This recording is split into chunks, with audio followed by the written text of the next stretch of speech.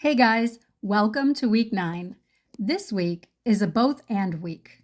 We're going to talk about anger and aggression, and we're also going to talk about play because these two are more connected than most people realize.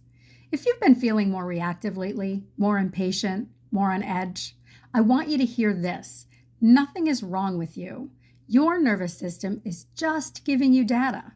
And our job is to learn how to work with that data instead of being run by it. Before we start today, just take one slow breath with me. We're going to inhale for 4 and then hold for 4.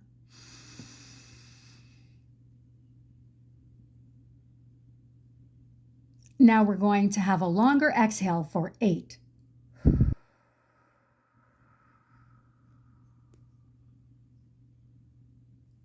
One more. Inhale for 4, hold for 4 at the top.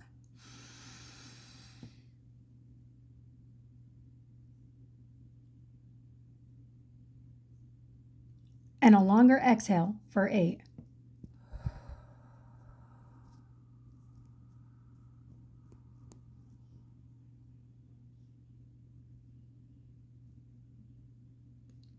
That exhale is you telling your nervous system, we're safe enough to learn.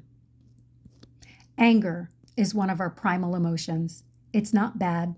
It's not dangerous. Anger is just a signal. It shows up when a value feels crossed, when something matters, when a need has been chronically unmet, when something in you says, this is not okay. Where we get into trouble is when anger gets paired with aggression, especially aggression that's meant to hurt, scare, shame, control, or dominate. So here's our week 9 anchor. Anger is information. Aggression is behavior. We can feel anger safely and still choose how we respond. So let me give you an example that ties directly into why kids explode when they hear no. Imagine a child asking for chocolate first thing in the morning. If I'm listening only at the surface, I might think he's being difficult, it's sugar, he's trying to control the situation, he knows better. But when I slow down, I can see so much more. As his mother, I can name what might be happening in his system. He might be feeling sorrow, frustration, disappointment. And under the request for chocolate, he might be needing things like autonomy, pleasure, spontaneity, discovery. Maybe he needs comfort, or maybe power, or maybe connection. And this is one of the most important distinctions we teach in this program. Wants are strategies, needs are the deeper fuel. Chocolate is not just chocolate in this example. It's a strategy for meeting a need. And our kids often don't have the awareness or the vocabulary to differentiate that yet. So I can empathize and say something like, yeah, you really want that chocolate. And it makes sense. Wouldn't it be amazing if you could wake up and eat chocolate all morning and never have to eat breakfast? That kind of empathy communicates, I see you, I hear you, I get you. And then I follow it with clarity. And no, it's breakfast time, not chocolate time. This is what we mean by containment. I can hold your big feelings and still hold the boundary. Now, here's the part I really want you to hear, especially if you tend to feel guilty or unsure. Sometimes, before we deliver a no, we need a tiny pause to check, is this boundary coming from my truth or my conditioning? Am I being rigid or am I protecting something real? In the chocolate example, my no is coming from something true for our home. If he has chocolate before breakfast, he won't eat his breakfast. My no is coming from values, his health, his nourishment, and protection. So I can hold that boundary with confidence and support him through his disappointment.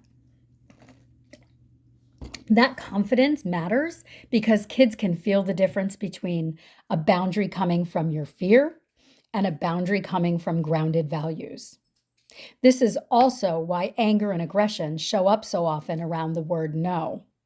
When a child hears a no, especially young kids, it can feel like a threat to autonomy, to pleasure, and to power. And remember, the part of the brain that helps us manage disappointment, delay gratification, and tolerate frustration, that prefrontal cortex, is still under construction for quite a long time. So when your child melts down, it's rarely about the chocolate. It's about the flood of emotion and the meaning their nervous system attaches to the limit you just set. And if you are parenting an 11-year-old who targets a sibling or a 5-year-old who seems like he doesn't care, this is especially important. They may know the rule. They may not be able to access that rule when they're activated. In the workbook this week, we talk about 3 common relationships with anger: fight, flight, or shrink. Flight is the "I'm fine, it doesn't matter" response, minimizing it, shutting it down, ignoring it. Fight is the reactive response, clenched jaw, louder voice, control energy. And shrink is the collapse response, feeling powerless, feeling flooded.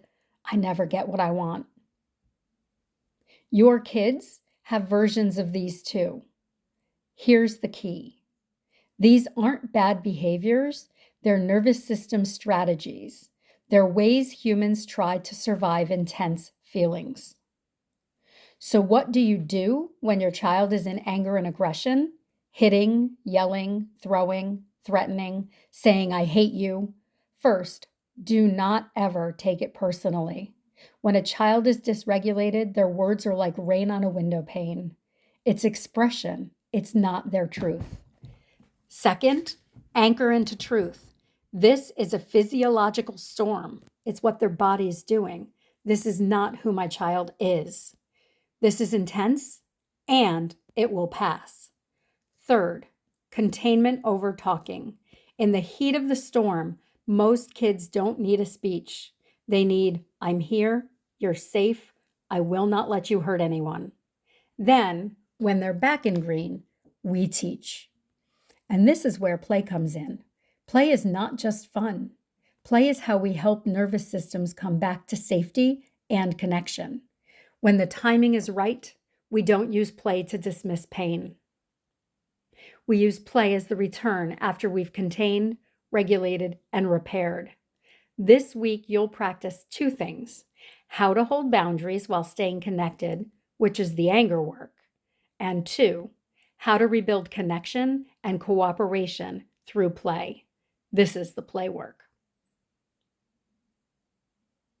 Before our live call, I want you to notice one thing this week. Where does no trigger anger in your child and in you?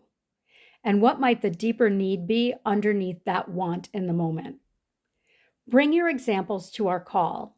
We're going to make a plan that fits your child, your nervous system, and your family rhythm. I'll see you on the live call.